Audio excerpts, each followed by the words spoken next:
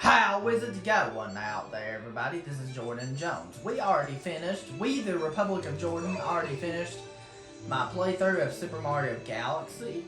Now, for one special episode, we're going to go to Rosalina's library and I'm going to read her storybook.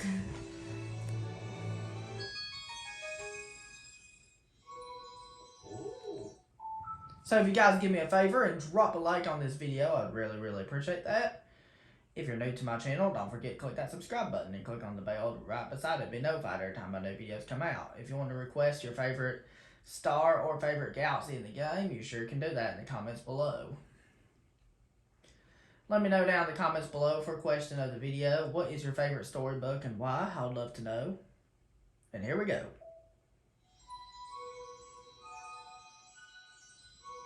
Let us begin.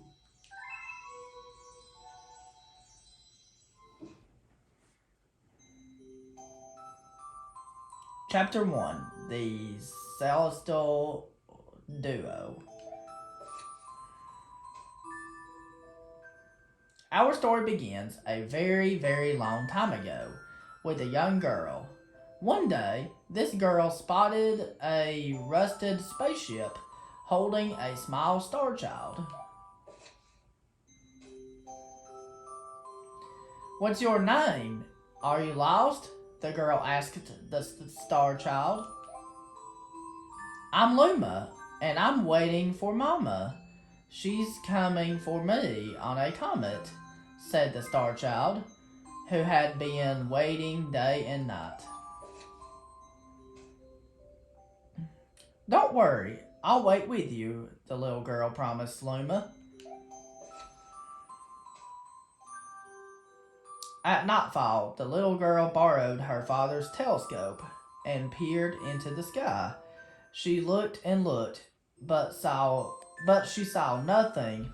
Hours turned into days, and then years, but still the sky revealed nothing. Finally, the little girl sighed and said to Luma, "If we stay here looking much longer, I'll be an old lady soon." But then she had an idea. "Why don't we go out there and find your mother ourselves?" The little girl and Luma fixed up the rusty spaceship, and then the two set sail into the starry sky.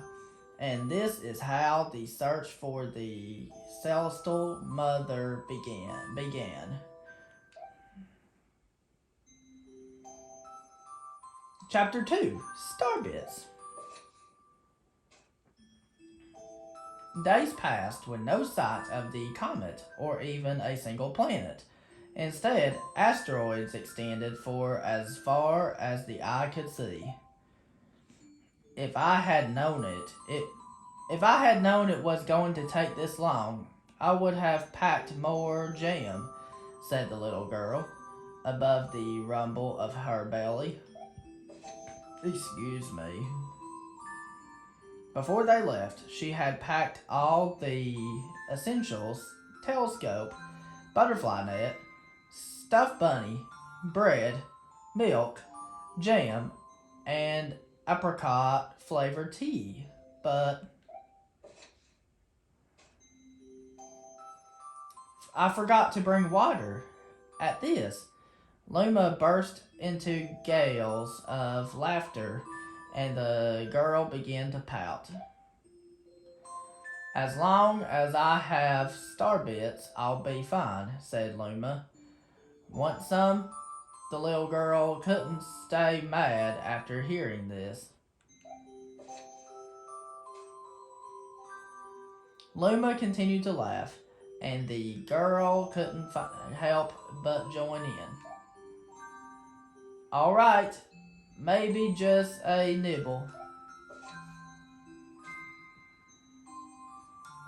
Leaning far out of the ship, the pair began to collect starbits with the girl's net.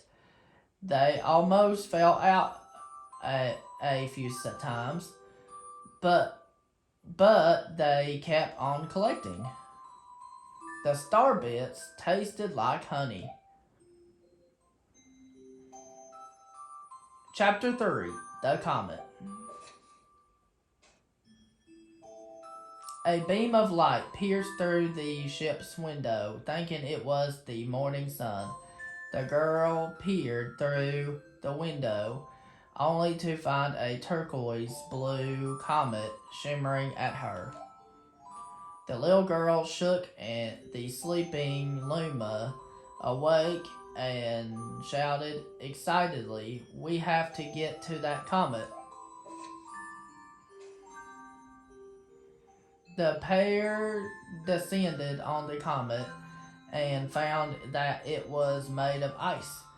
They looked high and low, but Luma's mother was nowhere to be found.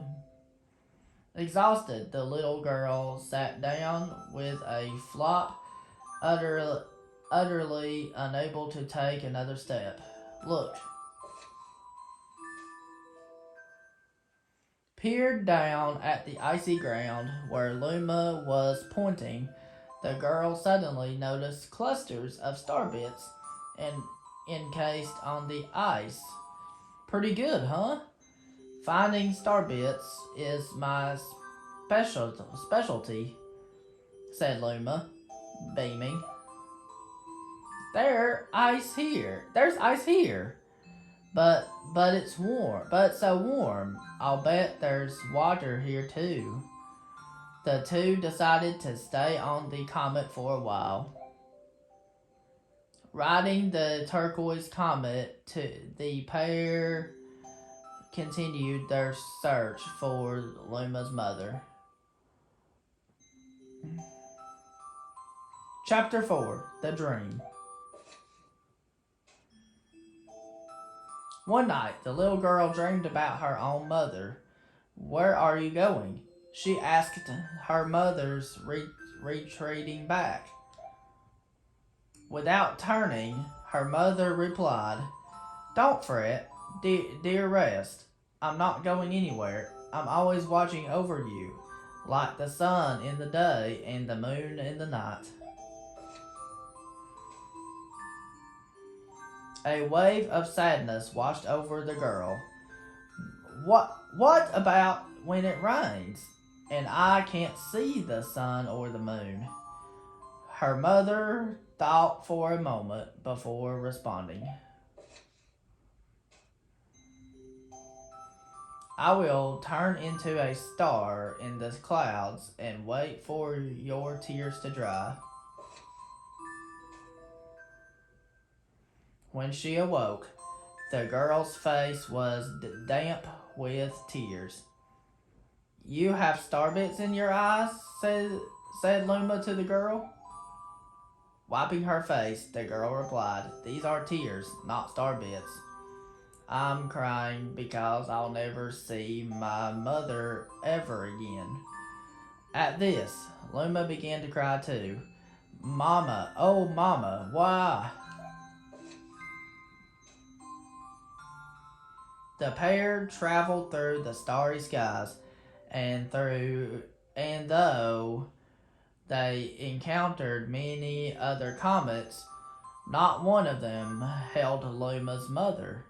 Luma was disappointed. Now, Luma, the rain clouds won't go away if you keep crying," the girl said, giving Luma a squeeze. "I'll give you a present if you stop."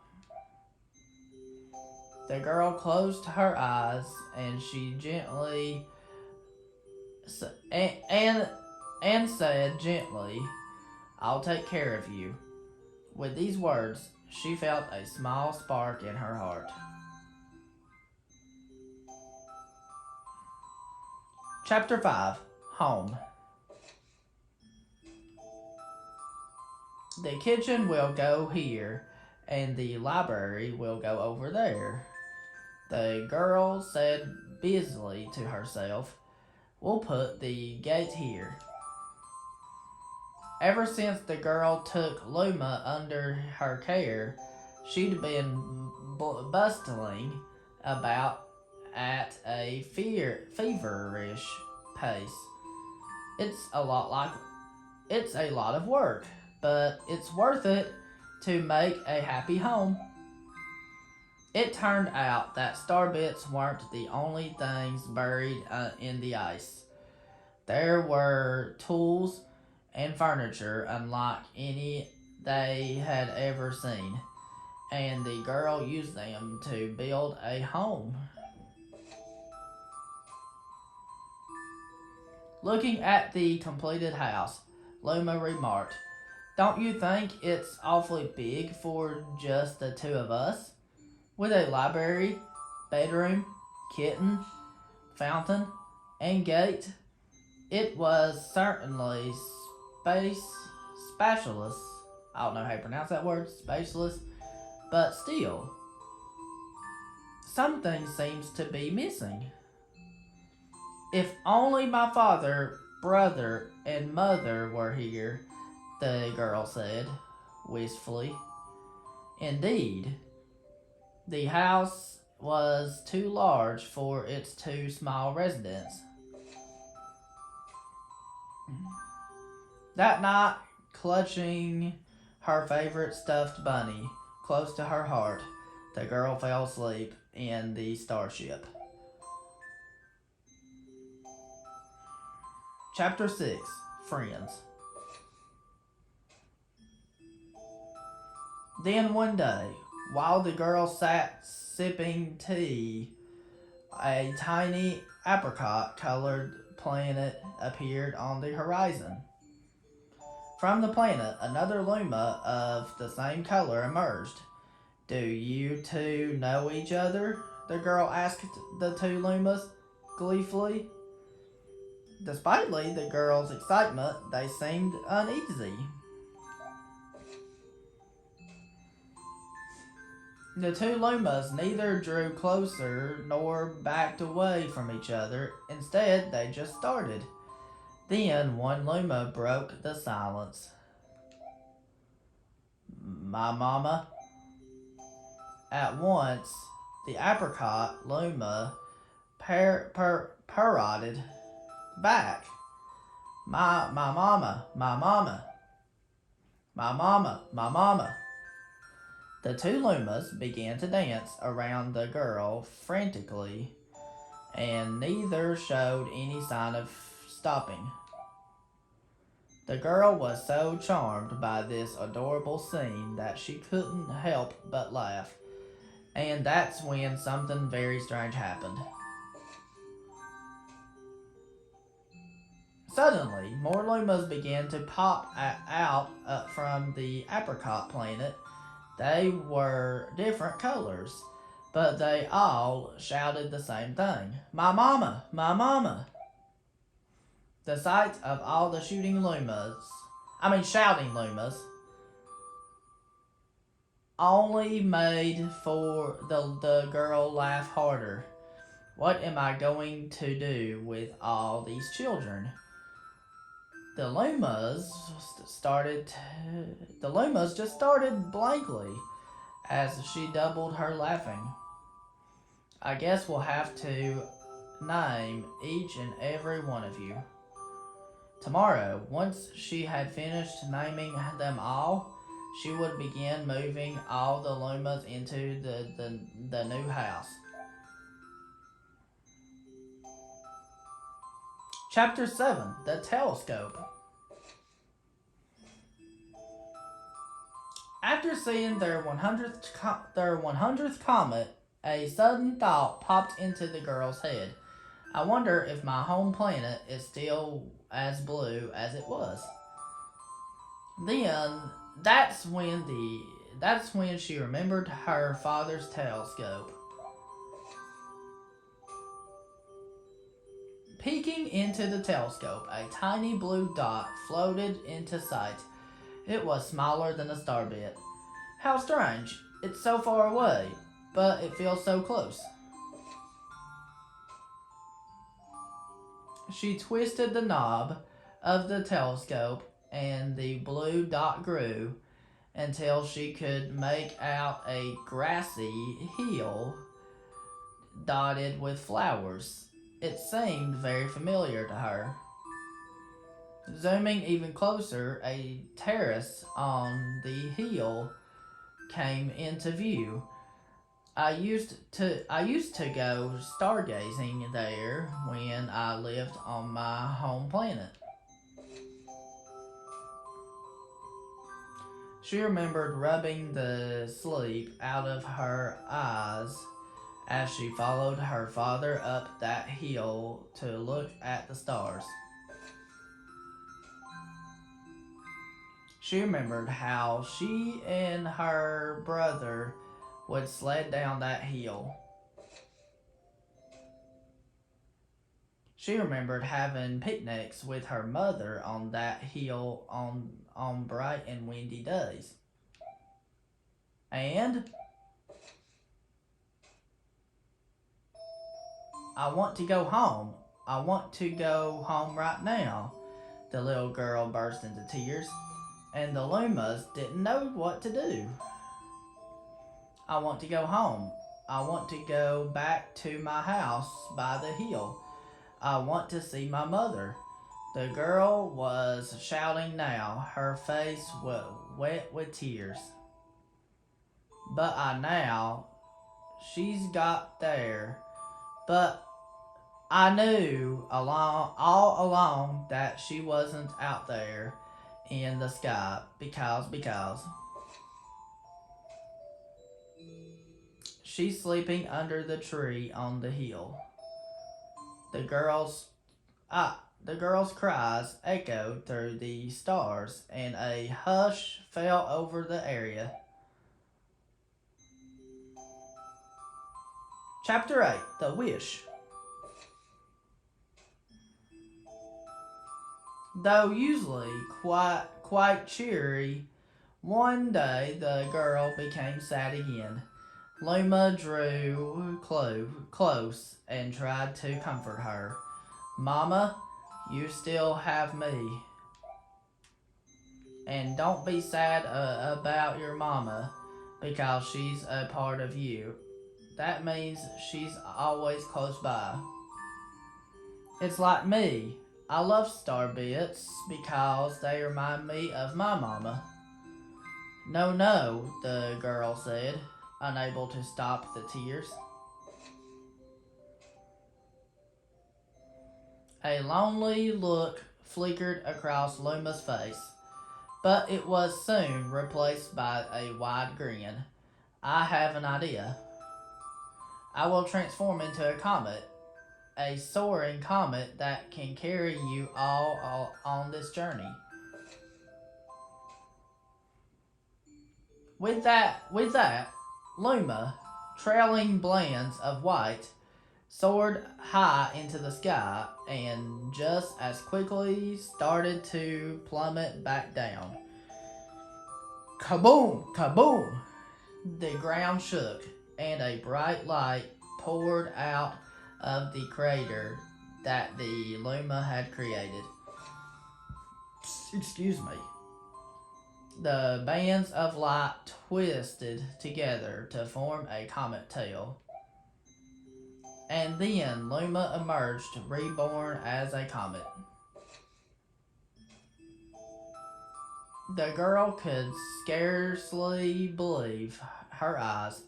But how? She kept asking. Our destiny as Lumas is to transform into different things, said a red Luma who had suddenly appeared. Stars, comets, planets, we can become all these things. When I grow up, I want to become a star that made someone special smile, said a green Luma. A blue Luma chimed in. That Luma turned into a real cutie of Comet, didn't he? All the Lumas together said, "No more crying, Mama." "Thank you," said the girl in a whisper, and she pulled the Lumas close and hugged them. From that day on, star bits no longer fell from the girl's eyes. The comet set forth for the little girl's home planet, its long tail blazing proudly behind it. Final chapter, Family. With its many lumas and telescopes, the comet was quite a sight to behold. The girl and the lumas were proud to call it home. At a welcoming party for a new luma, the girl gathered everyone in the kitchen and said in a louder voice than usual, "All right, everyone, let's make a cake. A cake sprinkled with star bits. Then it will be a star cake." The Lumas excitedly began to gather the ingredients. As she watched the Lumas scurry about, the girl smiled and thought to herself, "This is my family now, and I will stay with them until they're ready to leave the nest. And when they do leave, I'll see them off with a smile. I'll see them off with a smile, because that's what makes a mother happiest." That night, when the girl lay down to sleep, a soft light involved her and reminded her of the blue planet she once called home. But it would be nice to return home once every 100 years to nap in my favorite sleeping nook. The comet carrying the lumas and the girl continues on its journey to this very day, with more family members in tow than be counted. It's said that the comet visits the girl's home planet once every 100 years, its proud white tail glittering in the sky. The end. That's all.